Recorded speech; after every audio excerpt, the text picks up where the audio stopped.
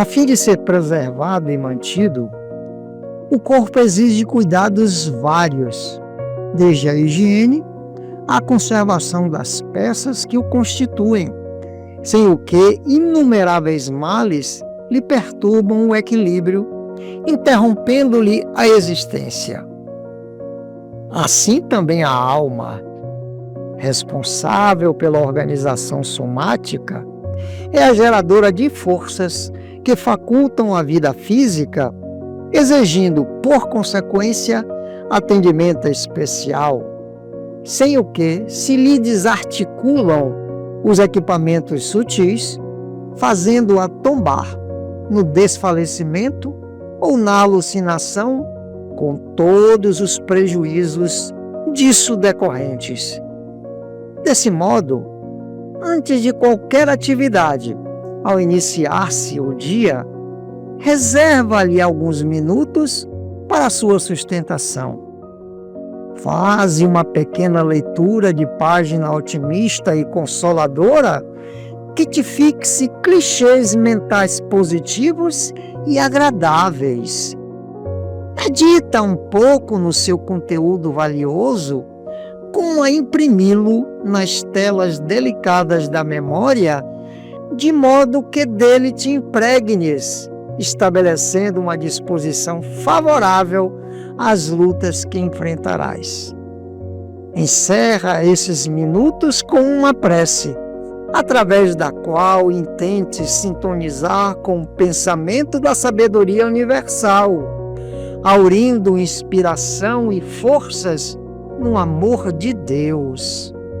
Equipado com estas energias, terás atendido, em matéria preventiva, a tua realidade eterna, o eu espiritual, podendo então partir para os primeiros confrontos da experiência do teu novo dia.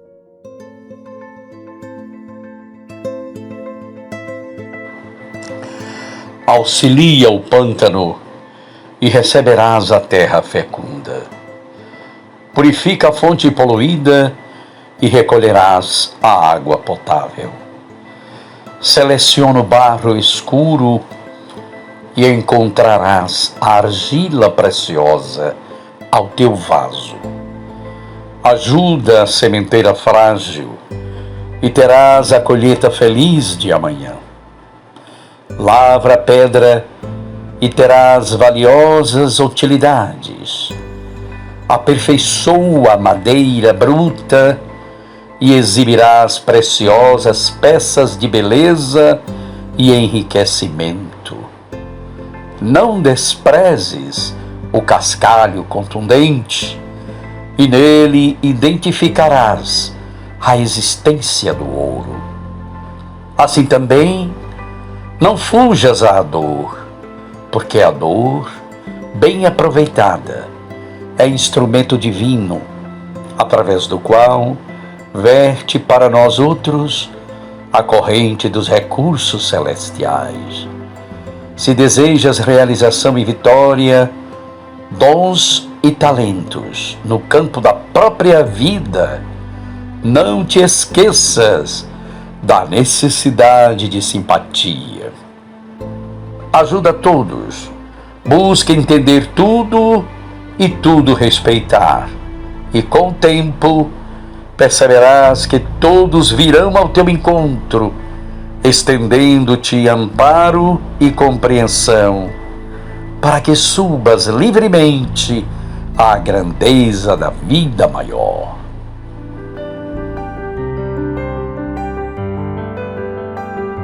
Não desprezes as pequeninas parcelas de carinho para que atinjas o tesouro da fraternidade.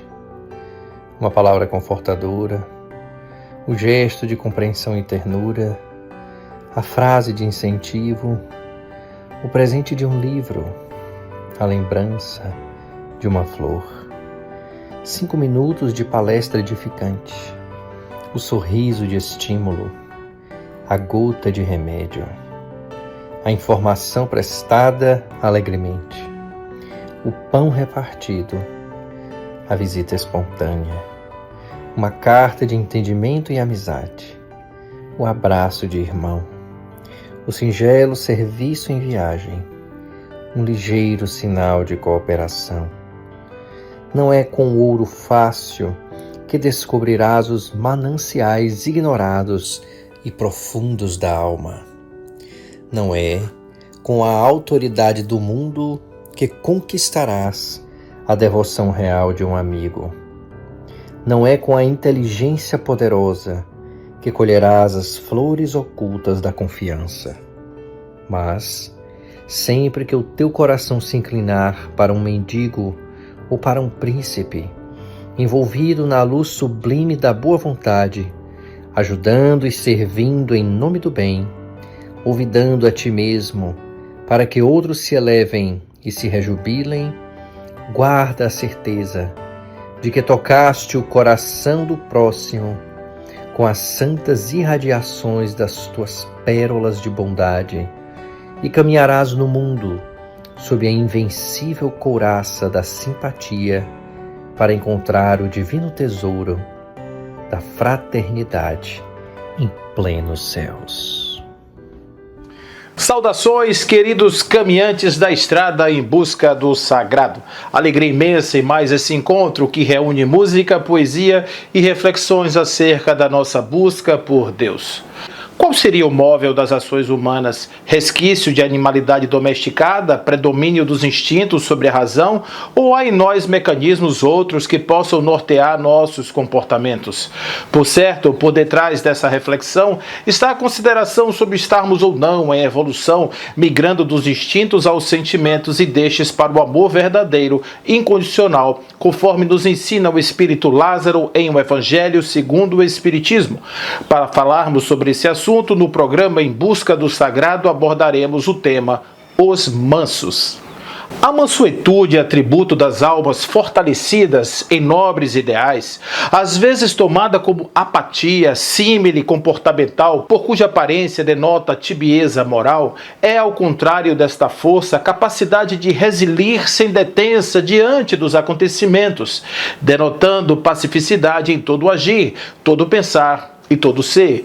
Não se trata de inércia, mas sim denotada força de espírito e presença consciente diante dos acontecimentos. A palavra sânscrita himsa ou imsa tem raiz gramatical em ims, que pode ser traduzido como atacar. Assim, imsa muitas vezes é definido como violência, injúria e hostilidade. Porém, essa não depende unicamente de atos. Observando mais de perto, pode-se verificar que apenas a ausência de compaixão pode demonstrar o aparecimento desse conceito. Himsa pode mostrar-se como um pensamento que surge na mente e se manifesta como preconceito, por exemplo, levando-nos a tratar os outros com desprezo. Existem muitas formas de himsa, incluindo desdém ou frieza pelos outros, aversão, antipatia irracional, discurso áspero e rude, ignorância, mentiras e fofocas.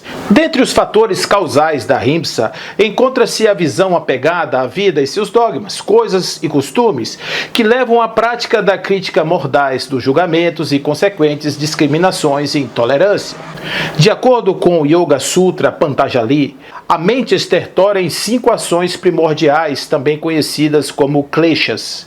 Entre eles está o avidya, a ignorância é a causa fundamental dos demais, amistad, apego aparente ao não real, aos prazeres, raga, as evitações das aversões de vexá e a binivexá, o medo. Em resumo, a himsa é causada pela farta ignorância que ainda graça entre nós, podendo ser objeto de análise em perspectiva individual ou coletiva, visto que os bandos também assumem certas atitudes típicas dos ignorantes e histéricos que os compõem. De um modo geral, para a proposta de Jesus de que a herança da terra é legada aos mansos, incautos observadores atestam que tal afirmação é destituída de razão, simplesmente por conta que, analisando a história, sempre os conquistadores obtêm suas vitórias nos campos encharcados de sangues e lágrimas, onde os fracos são oprimidos e os fortes os dominantes.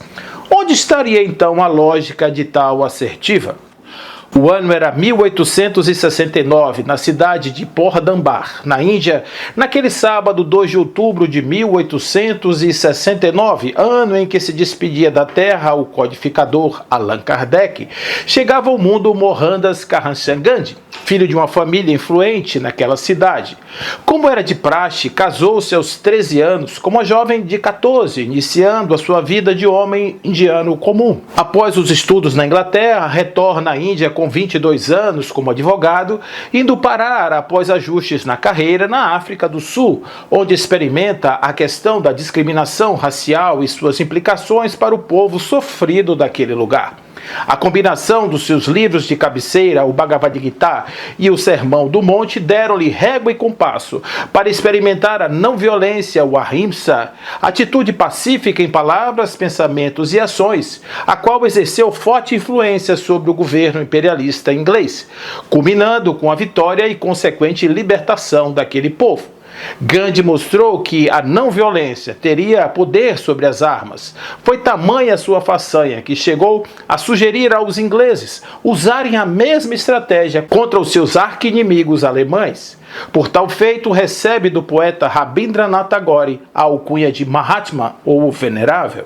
Considerando a questão da transição planetária, as entidades venerandas afirmam que há em curso uma mudança na psicosfera do planeta Terra, saindo da condição de provas e expiações para a condição de regeneração.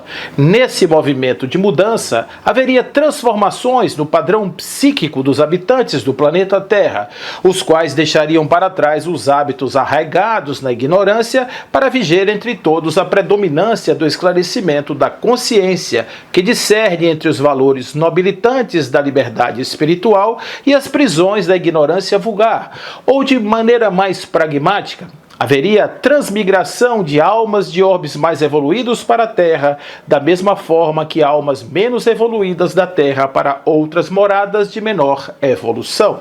Assim sendo, dentro de um prazo suficiente para a criação de um padrão mais amadurecido de condições morais, o planeta deixaria de experimentar como locus de aprendizado as cenas de dor excruciantes pelas quais passam seus habitantes. Em seu lugar, a mansuetude imperaria sobre a barbárie dos sentidos, criando uma atmosfera de pacificação como norma vigente a partir de então.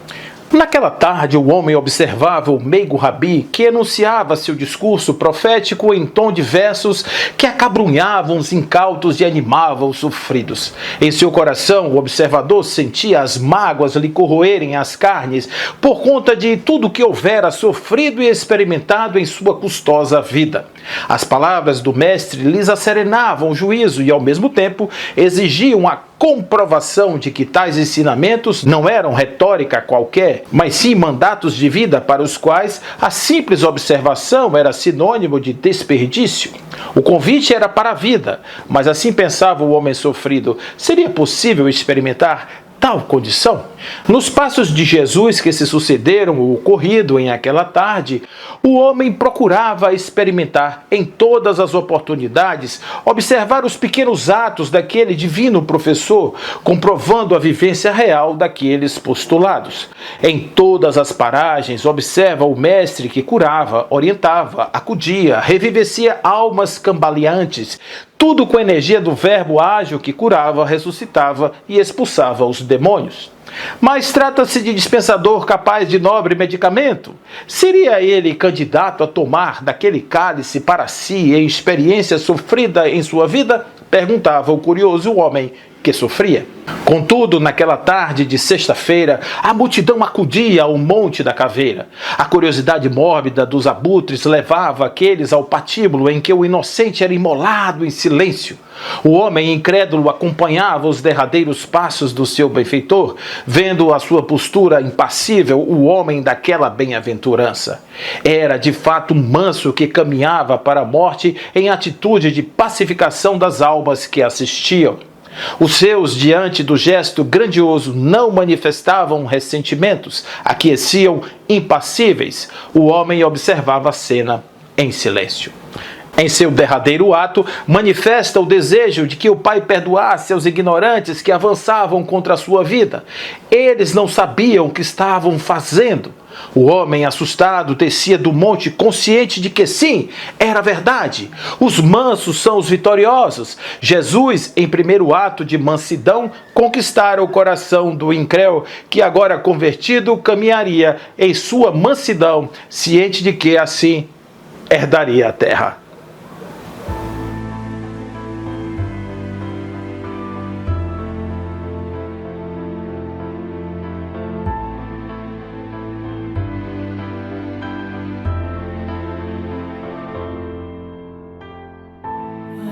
Antes do teu firmamento, as lágrimas eram granizo, a ressaca fez mar sedento, a tempestade levou meu riso.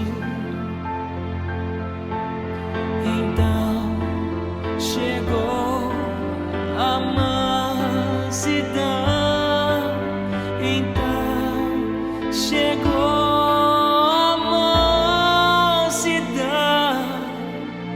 Ai de um sol poente se escondendo em tarde quente, e uma noite enluarada cheia de estrelas cadentes. Um cheiro de brisa e um rastro de chuva fina, como um Deus das velhas lendas acalmou minhas tormentas.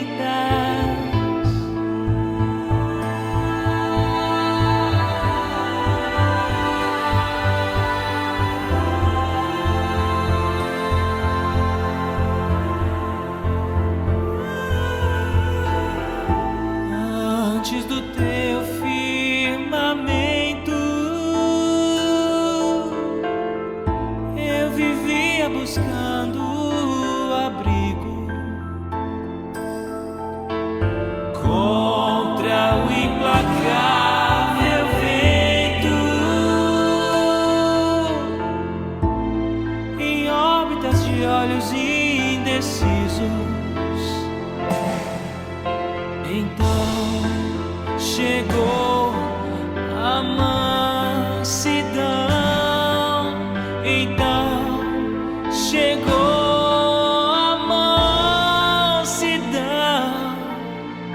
Ai de um sol poente se escondendo em tarde quente, e uma noite enluarada cheia de estrelas cadentes. Um cheiro de brisa e um rastro de chuva fina, como um Deus das velhas lendas acalmou minhas tormentas. Ai de uma bonança ausente nos meus furacões frequentes, quando eu era só mau tempo, antes do teu firmamento.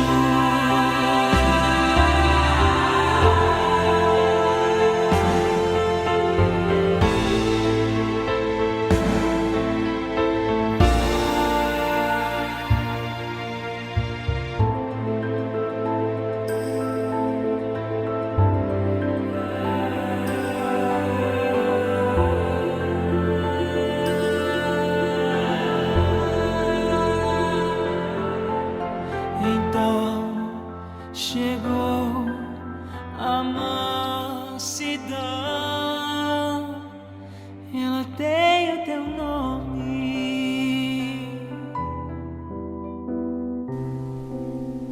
No exercício da afabilidade e da doçura, que atrairá em teu favor as correntes da simpatia, compadece-te de todos e guarda acima de tudo a boa vontade e a sinceridade no coração.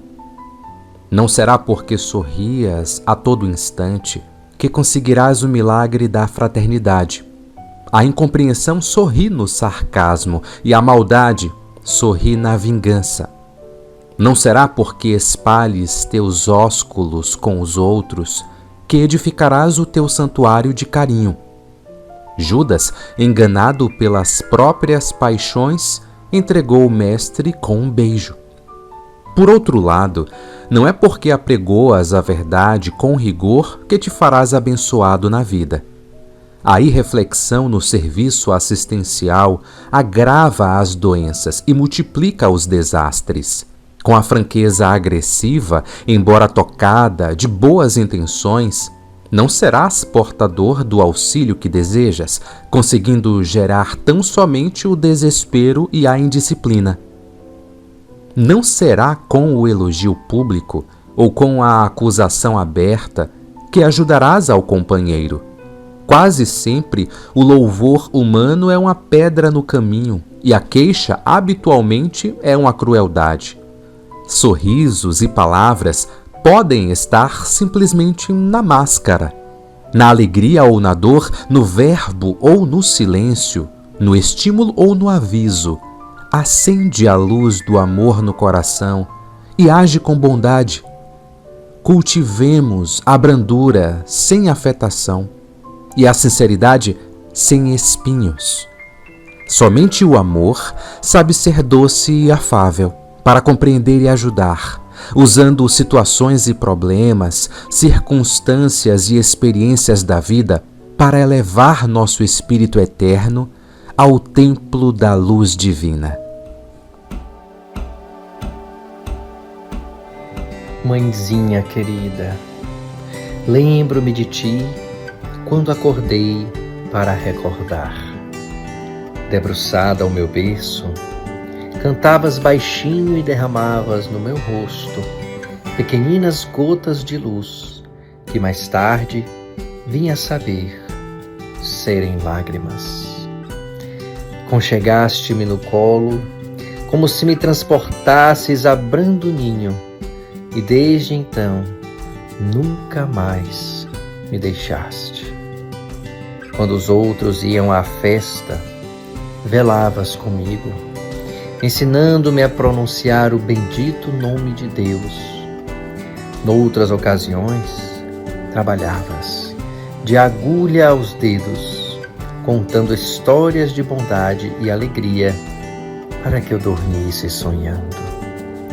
Se eu fugia, quebrando o pente, ou se voltava da escola com a roupa em frangalhos, enquanto muita gente falava em castigo, afagavas minhas mãos entre as tuas, ou beijavas os meus cabelos em desalinho. Depois cresci, vendo-te ao meu lado, a afeição de um anjo entre quatro paredes. Cresci para o mundo, mas nunca deixei de ser, em teus braços, a criança pela qual entregaste a vida. E até agora, dia a dia, esperas, paciente e doce, o momento em que me volto para teus olhos, sorrindo para mim e abençoando-me sempre.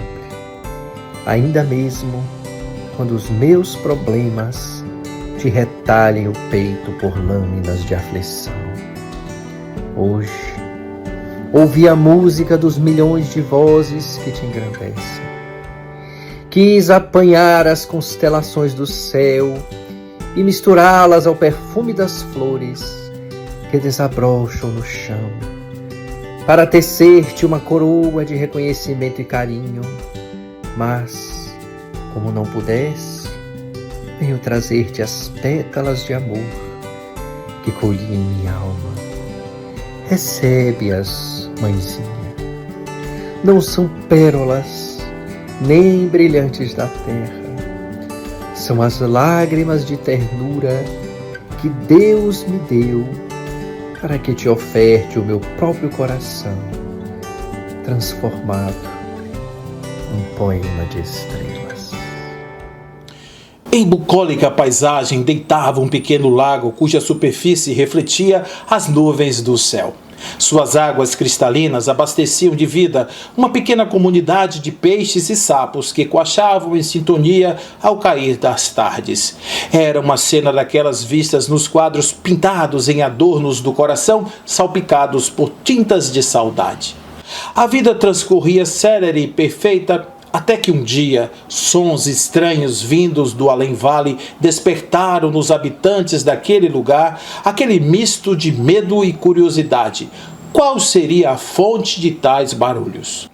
O vozerio humano, misturado a ruídos de instrumentos metálicos que se tocavam, formava uma trilha que lhe chegava ameaçadora. Mais e mais aquela combinação de elementos parecia aproximar-se até que estancou, dando a entender que a turba que ali se pronunciava havia paralisado a marcha.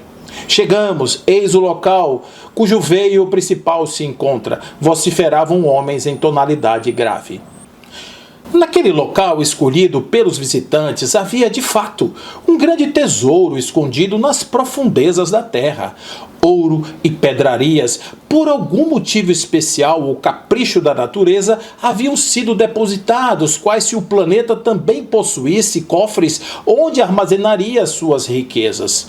Uma vez encontrado o cofre, a sede pelo brilho áureo do metal enterrado assanhava a cobiça daqueles garimpeiros, levando-os a explorar o local à cata das condições ótimas para iniciar os trabalhos. Fim da montagem do acampamento e das maquinarias apropriadas, iniciaram as buscas, as quais envolviam a perfuração inclemente do solo e o despejo de causticante substância, a qual depois identificada como mercúrio, em exíguo córrego que abastecia insistente o pequeno lago.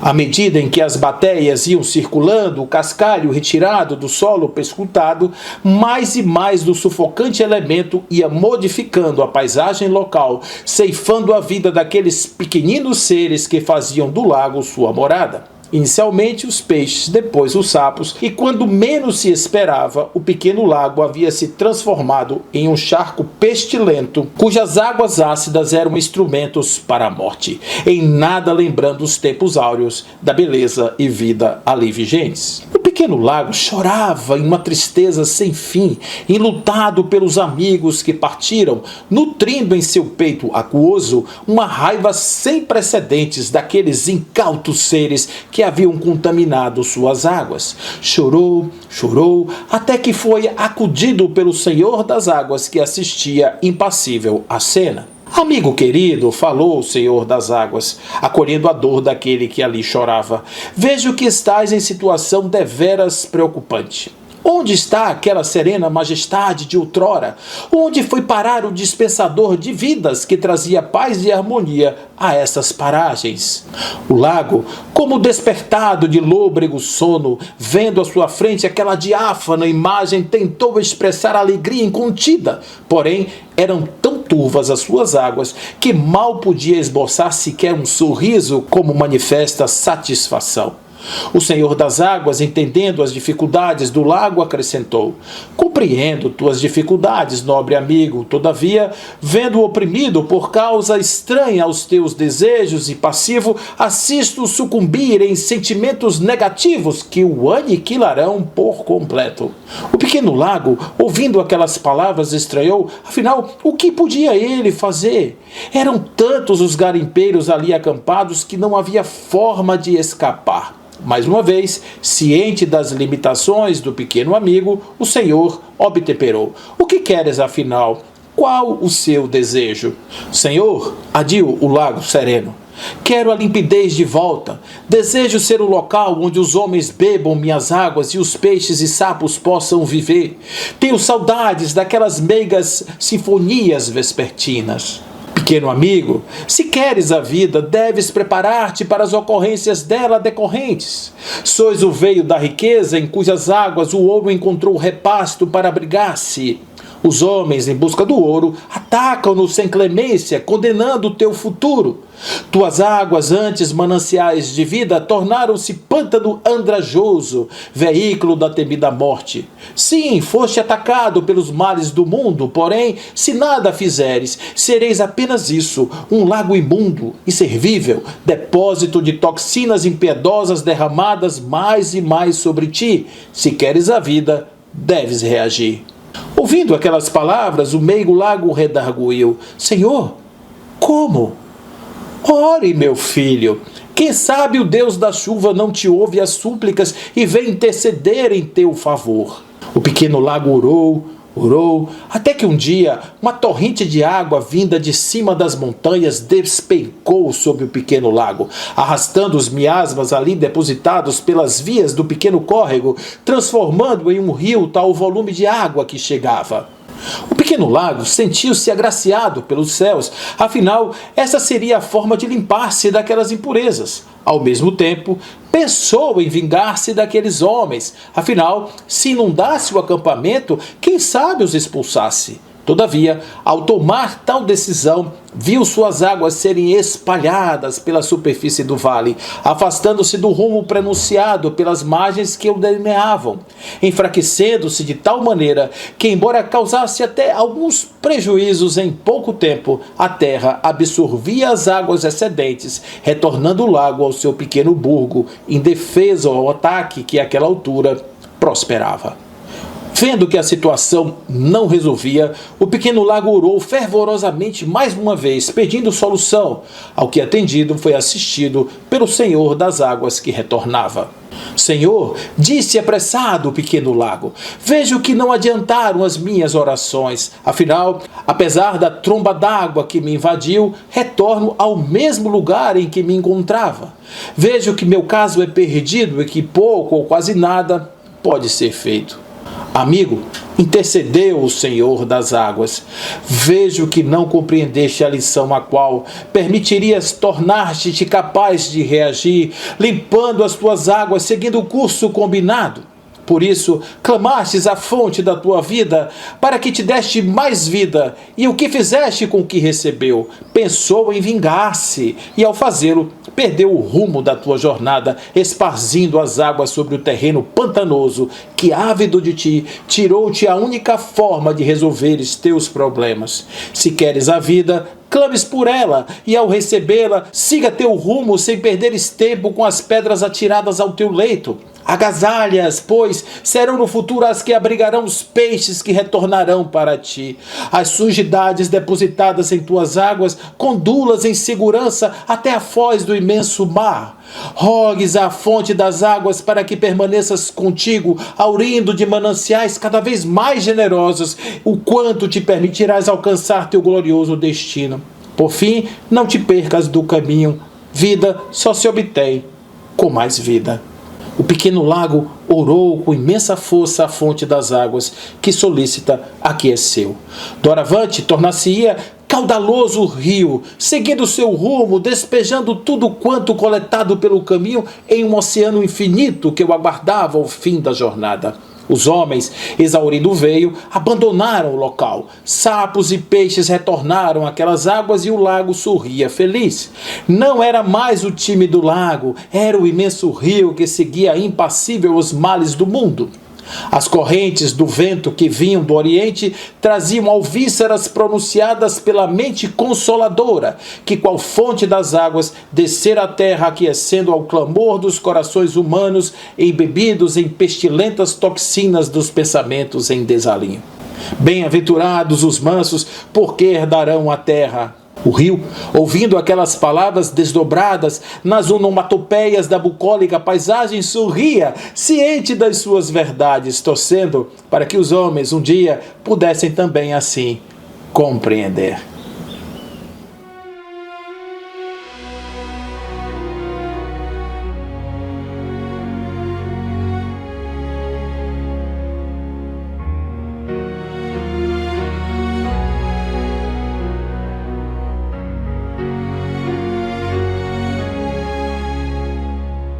Amigo, diz mais uma vez o que é preciso, que a paz irá reinar por toda a terra. Os mansos reinarão em todo lugar. Amigo, acalma esse tolo coração que vê em toda alma o irmão, e o verbo da sua vida é ajuda. Amigo, será que alguém vai te compreender?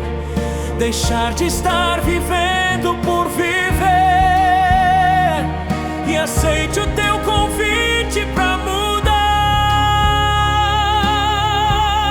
Por isso, meu amigo, não deixe que eu perca a esperança, que eu seja para ti uma criança. Em cada dia um novo despertar. Os mansos herdarão a terra, a paz vai imperar no mundo. Meu coração será celeiro de tua paz.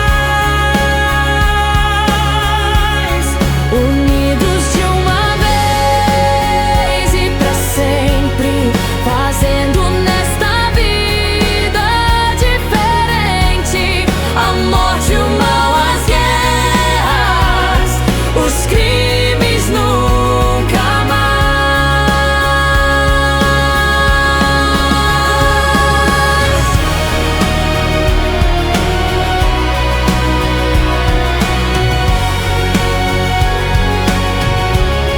Por isso, meu amigo, não deixe que eu perca a esperança.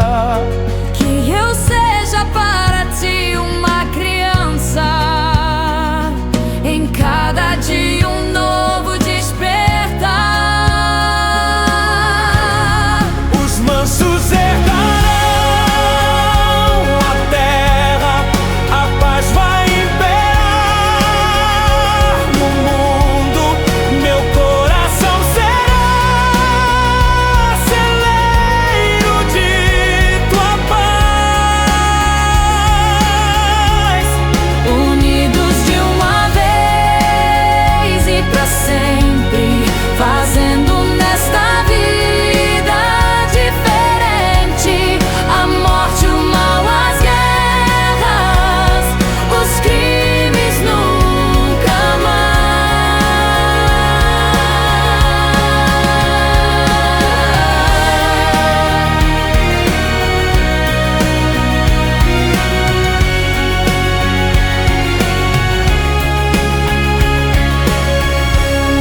Os mansos herdarão a terra, a paz vai imperar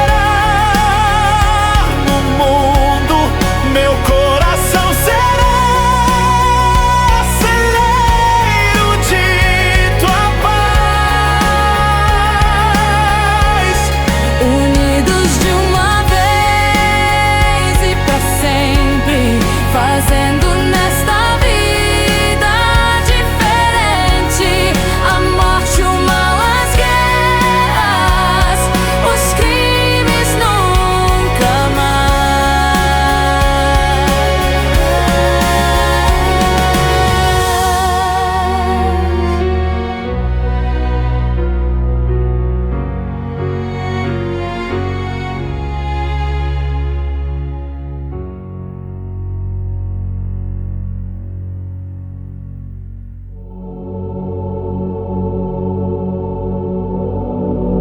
Acerena-te, vara desventura, no caminho de dor, áspero e azedo. Serenidade, o lúcido segredo em que a vida se eleva e transfigura. Tudo cresce na força da brandura. A água desgasta os punhos do rochedo. Olhe a chuva cantando no arvoredo, a transfundir-se em pão, bondosa e pura. De coração batido e lodo a face, ainda que o fel da injúria te traspasse, semeia o bem que as mágoas alivia. Mesmo trazendo o peito por cratera, suporta, ampara e crê, ajuda e espera, que amanhã será sempre novo dia. À frente da multidão de sofredores e desalentados, relacionou o Mestre as bem-aventuranças. destacando com ênfase a declaração de que os mansos herdariam a terra. A afirmativa, porém, soou entre os discípulos de maneira menos agradável. Tal asserção não seria encorajamento à ociosidade mental? Se o Evangelho reclamava espíritos valorosos na sementeira das verdades renovadoras, como acomodar a promessa com a necessidade do destemor? Se o mal era atrevido e contundente em todos os climas e posições, como estabelecer o triunfo inadiável do bem através da incapacidade de reagir, embora pacificamente? Nessas interrogações imprecisas, reuniam-se a assembleia familiar no domicílio de Pedro. Iniciados os comentários edificantes da noite, entreolharam-se os discípulos entre a indagação e a curiosidade. O divino amigo parecia perceber os motivos da expectação em torno de todos os que ali estavam, mas ele esperava sereno que os seguidores se pronunciassem. Foi então que Judas, rompendo o véu de respeito que aureolava a presença do Mestre, inquiriu loquaz: Senhor, por que atribuístes aos mansos a posse final da terra? Os corações acovardados gozarão de semelhante bênção? Os incapazes de testemunhar a fé nos momentos graves de luta e sacrifício serão igualmente bem-aventurados? Jesus não respondeu de imediato. Vagueou o olhar através dos circunstantes, como a pedir-lhes a exposição de quaisquer dúvidas que lhes povoassem a alma. Pedro cobrou ânimo e perguntou: Sim, mestre, se um malfeitor visitar minha casa, não devo recordar-lhes os imperativos do acatamento recíproco? Entregar-me-ei sem qualquer admoestação fraternal aos seus delituosos caprichos, a pretextos de guardar a mansidão que te referiste? O Cristo sorriu, como tantas vezes, e enunciou muito calmo: enganaram-se todos naturalmente. Eu não fiz o elogio da preguiça que se mascara de humildade, nem da covardia que se veste de cordura para melhor acomodar-se às conveniências humanas. As criaturas que se afeiçoam a semelhantes artifícios sofrerão duramente os instrumentos espirituais de que o mundo se utiliza para reajustar os caracteres tortuosos e indecisos. Exaltai na realidade a cortesia de que somos credores uns dos outros. Bem-aventurados os homens de trato ameno, que sabem usar a energia construtiva entre o gesto de bondade e o vergo da compreensão. Bem-aventurados os filhos do equilíbrio e da gentileza, que aprendem a negar o mal sem ferir o irmão ignorante, que o solicita sem saber o que pede. Abençoados os que repetem 1000 vezes a mesma lição sem alarde, para que o próximo lhe aproveite a influenciação na felicidade justa de todos. Bem-aventurados aqueles que sabem tratar o rico e o pobre, o sábio e o inculto, o bom e o mau, com espírito de serviço e entendimento, dando a cada um de conformidade com seus méritos e necessidades, e deixando sinais de melhoria, de elevação, de bem-estar e contentamento por onde cruzam. Em verdade vos digo que a eles pertencerá o domínio espiritual da terra, porque todo aquele que acolhe os semelhantes dentro das normas do amor e do respeito é senhor dos corações que se aperfeiçoam no mundo. Alívio e alegria transbordarão do ânimo geral e de olhos fitos agora nas águas imensas do grande lago. O Senhor pediu a Mateus que encerrasse o fraterno entendimento da noite, pronunciando uma prece.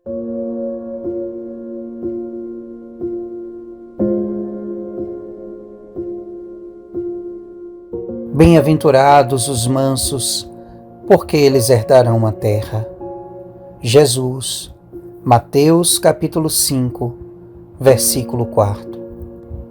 Surgem, sim, as ocasiões em que todas as forças da alma se fazem tensas, semelhando cargas de explosivos prestes a serem detonadas pelo gatilho da boca. Momentos de reação diante do mal, em que a fagulha da mágoa assuma do íntimo, aviventada pelo sopro do desespero.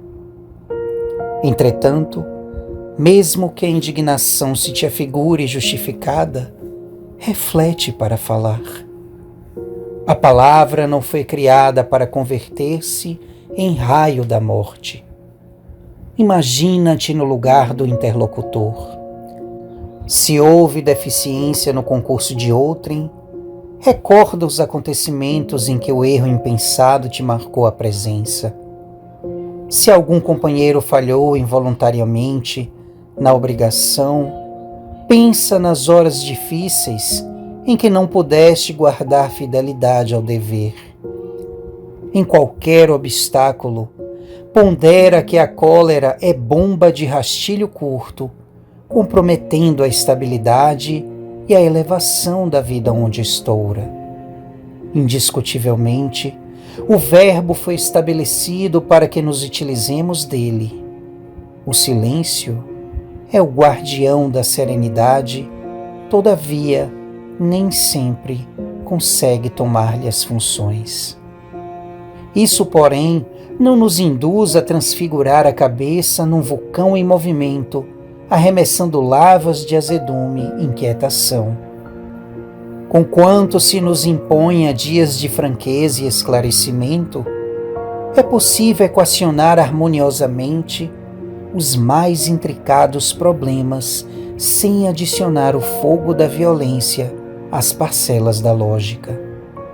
Dominemo-nos para que possamos controlar circunstâncias, chefiemos as nossas emoções, alinhando-as na estrada do equilíbrio e do discernimento, de modo a que nossa frase não resvale na intemperança.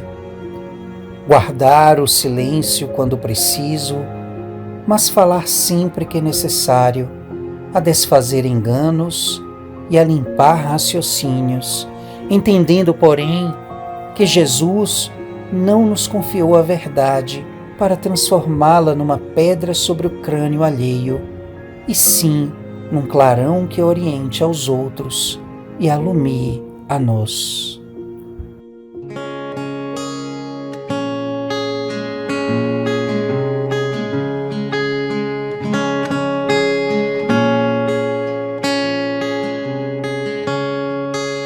Eu tanto busquei encontrar um lugar para abrigar meu coração. Muito andei,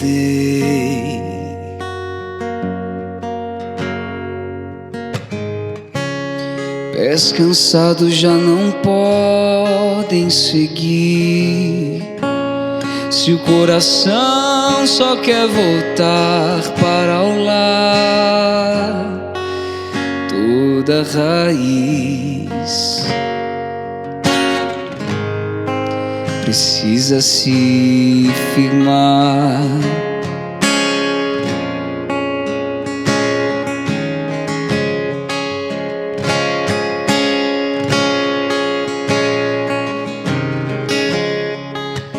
aonde voltar se os lugares que pisei não desejei ficar? Estranho, um herdeiro sem lar.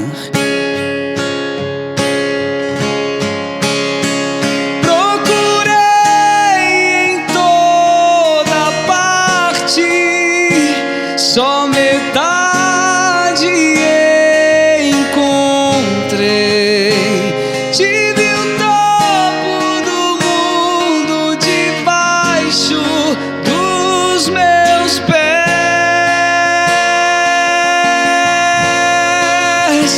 Mesmo assim, não me completei.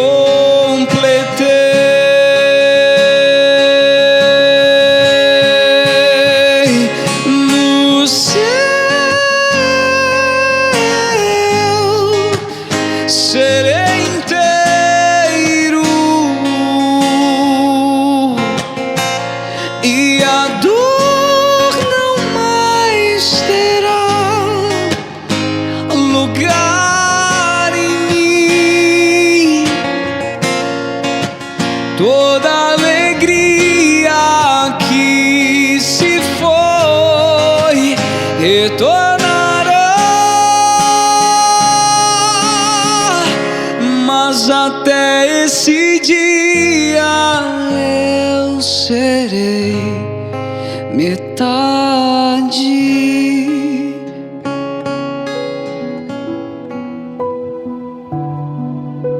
Quando Jesus proclamou a felicidade dos mansos de coração, não se propunha, de certo, exaltar a ociosidade, a hesitação e a fraqueza. Muita gente, a pretexto de merecer o elogio evangélico, foge aos mais altos deveres da vida e abandona-se à preguiça ou à fé inoperante, acreditando cultivar a humildade. O Mestre desejava destacar as almas equilibradas, os homens compreensivos e as criaturas de boa vontade, que, alcançando o valor do tempo, sabem plantar o bem e esperar-lhe a colheita sem desespero e sem violência. A cortesia é o primeiro passo da caridade.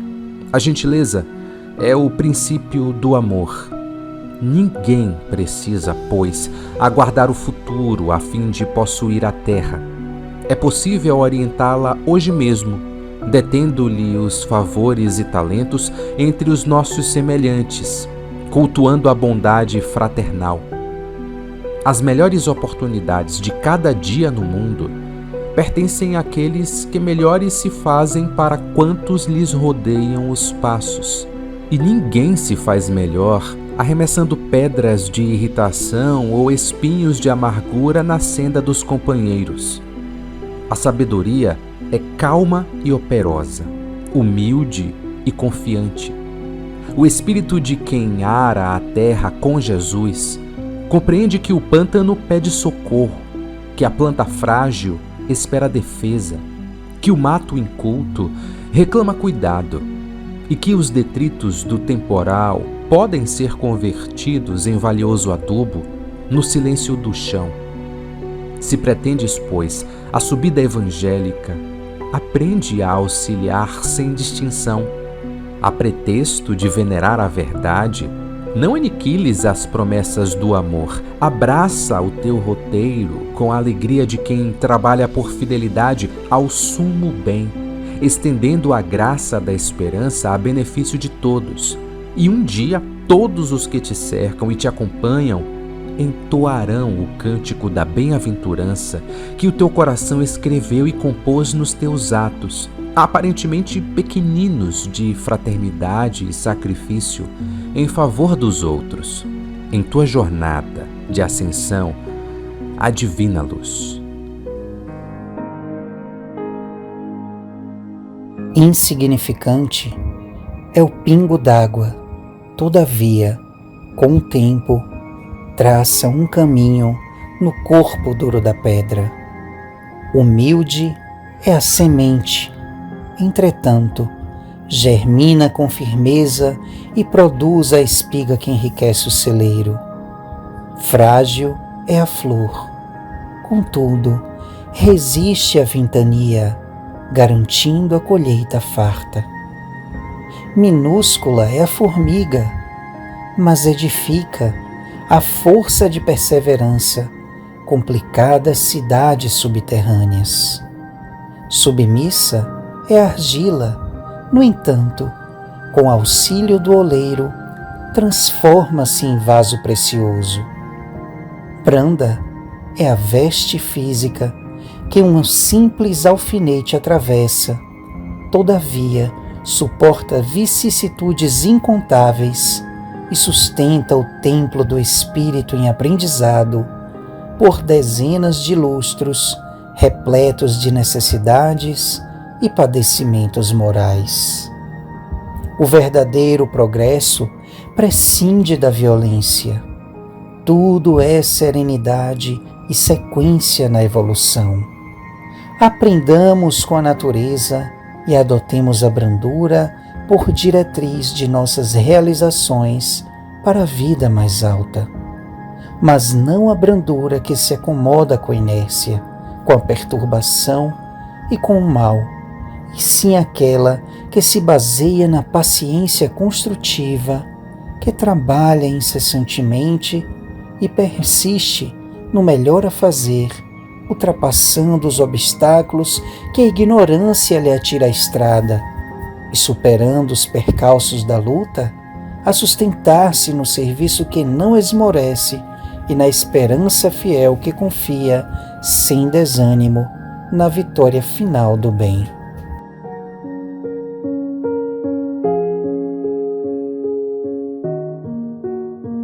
Deus, nosso Pai, que sois todo poder e bondade, dai forças àqueles que passam pela provação. Dai luz àqueles que procuram a verdade, onde no coração do homem há compaixão e a caridade. Deus, dai ao viajor a estrela guia, ao aflito a consolação, ao doente o repouso.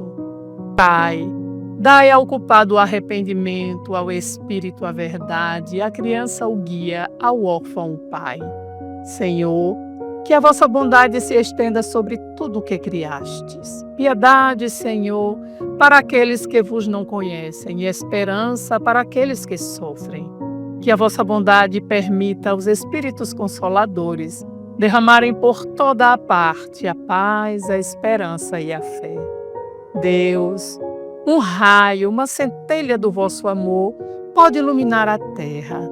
Deixai-nos beber nas fontes desta bondade fecunda e infinita, que todas as lágrimas secarão, todas as dores se acalmarão. Um só coração, um só pensamento subirá até vós como um grito de reconhecimento e de amor. Como Moisés sobre a montanha, nós vos esperamos com os braços abertos. Ó bondade, ó beleza, ó perfeição. E queremos de alguma sorte merecer a vossa misericórdia. Deus, dai-nos força. Ajudai o nosso progresso a fim de subirmos até vós. Dai-nos a caridade pura, a humildade. Dai-nos a fé e a razão.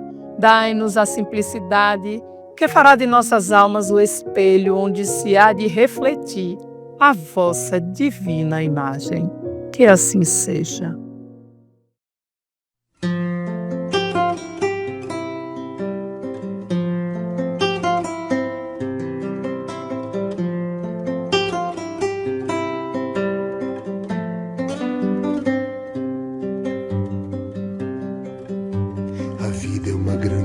Da gente, nos dá tudo de graça pra viver.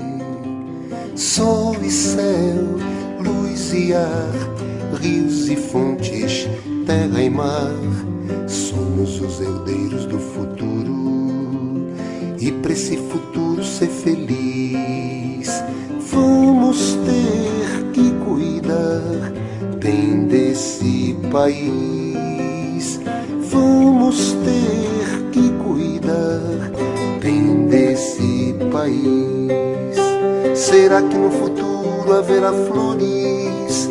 Será que os peixes vão estar no mar? Será que os arco-íris terão cores e os passarinhos vão poder voar? Será que a terra vai seguir nos dando o fruto, a folha, o caule e a raiz? Será que a vida acaba encontrando um jeito bom da gente ser feliz? Vamos ter que cuidar bem desse país. Vamos ter que cuidar bem desse país. Será que no futuro haverá flores? Será que os peixes vão estar no mar? Será que os arco-íris terão cores e os passarinhos vão poder voar? Será que a terra vai seguir nos dando o fruto, a folha, o caule e a raiz? Será que a vida acaba encontrando um jeito bom da gente ser feliz? Vamos ter que cuidar bem desse país.